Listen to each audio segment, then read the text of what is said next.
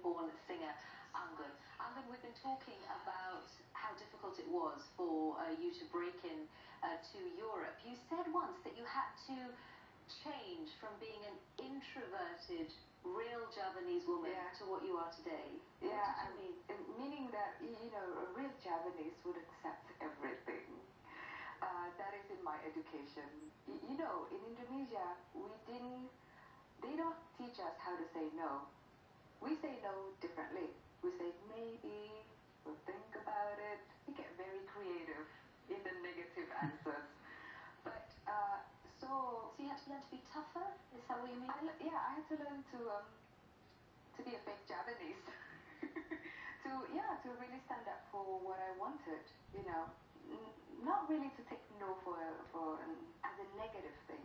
Really to turn that around. And has that been good for you, do you think?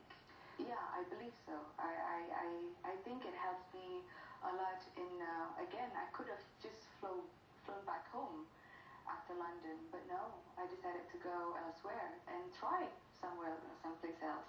And it paid off. It paid off. You released more and more music, and you ended up being chosen to represent France in the Eurovision Song Contest. Exactly. That was huge honor. Did you think of it as so it was a compliment from your new country? Exactly. And I took that as I mean, out of those people, out of real French people, they chose me, and I certainly present the new face of France today, which is, you know, made out of mixed culture, like French people, French-speaking people that come from all over the world. I mean, I learned the language, I learned the culture. You learned the language from scratch. Did you speak any French before? No, not at all. And now I had no reason to speak French before. So do you feel French? I feel like I'm genetically mortified. By myself. No, I'm very much Indonesian in my way of thinking, but I'm French now because of this language, and because I'm married to a French guy. My daughter is half Indonesian, half French, and I also feel Canadian because I used to live in Montreal. So I feel like there's a part of me, and there's a part of those countries that I've visited, that I lived in me. You said it was a tremendous honor to be chosen for Eurovision, but it wasn't the happiest of experiences. You ended up coming close to the bottom. Yeah, well, the bottom was Engelbert Humperdinck from England. So it was actually, I think I got it for the wrong reason. I went there to the fact that I was so happy to represent my new country. So very honored. I believed in my song, and then I forgot one tiniest thing, that it's a competition. So you enjoyed it too much, you mean, or you relaxed too much? Because I never thought music as a competition. To me, who can say that this song is better than that one? It's a personal sensitivity. But did you take your failure as a reflection on you, or no? What was it? Who made a mistake? I don't think we made a mistake. I think, I mean, you were 22nd. Yeah, but I don't think that as a mistake, because when you see the number 2, the runner-up was this group of grandma from Russia, singing "Party for Everybody," yes. And they act on stage. They have this oven. They're making food on stage. Very folkloric. And they came number 2. So I don't know. We're not in the same thing here. We're not on the same page. Will you ever do that kind of competition again?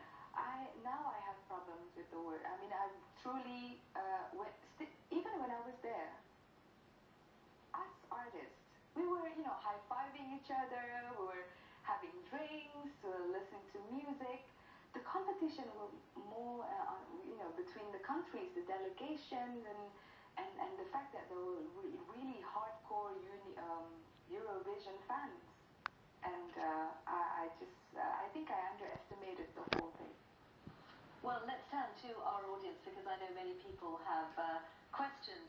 Did you have one you'd like to ask? Out of the three languages that you've been singing in, English, Bahasa, and also French, which is the one that you feel most comfortable singing in? And what was it like picking up French and having to learn a new language and singing it as a performer? Most comfortable language, definitely Indonesian, because I don't think about it, I just say it. And even now, I count in my mind in Indonesian. I think in Indonesian before translating it into English or French. Singing in French is a whole different. I really have to learn how to sing again, not for the technique wise, but to the fact that I have to sing with the proper accent. You must have had to have a lot of help with that. Did you have a singing coach who really helped you in French? Exactly. But then in the same time, you don't want to take out that accent that they call charme. Très, très charming. The exotic foreign accent. That's what they say. But to me, it was more like a handicap because some people might find it charming. Some people, they just, And again, I think as an Asian, we get by easily and we look cute doing that. Let's go to the lady in the row just behind. Salut Jeannot.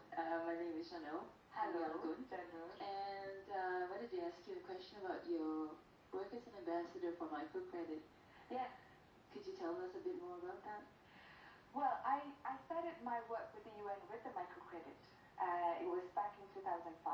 For those who don't know what microcredit is an access to money, financial access. Small amounts of money that make a difference. difference. Exactly.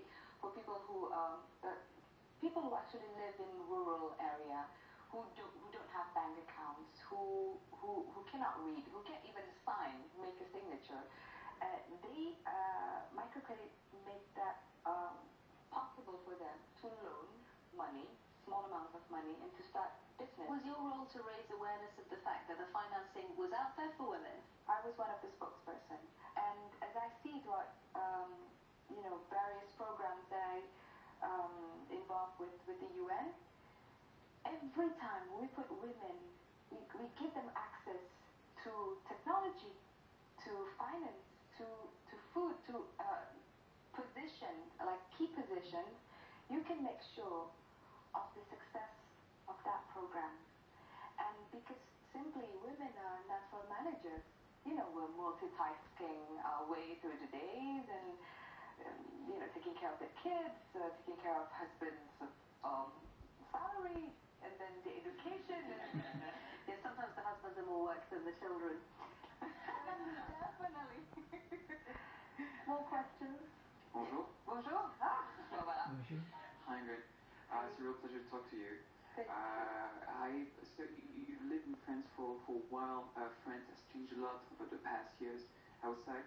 You've been a foreigner, now you're French. But I would ask you, do you think that France is still a welcoming place for foreigners at the moment?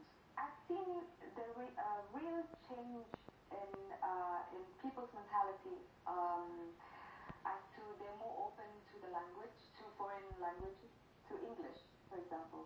And that, to me, is thanks to the fact that, with the social networking, now you can touch, the world.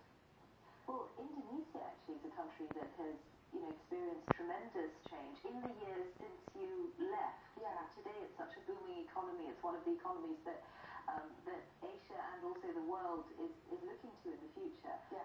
Is it somewhere that attracts you back? Now that I have my daughter, yes. Yes. Because you'd like to bring her up in Indonesia?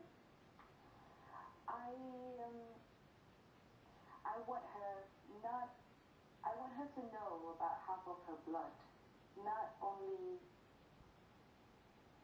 3 weeks every year during our vacation. I want her to be, to know more about her inheritance. I mean, it's very, very important to me. There's also the kind of value that I have, that I found, in Indonesia, but we don't have it, or we have it differently in Europe. Sense of security, the meaning of the word family.